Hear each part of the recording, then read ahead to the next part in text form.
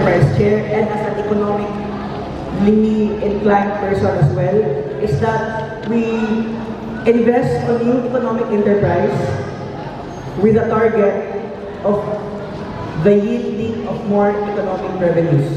So my point is, mo invest into something na dako balik sa kuha.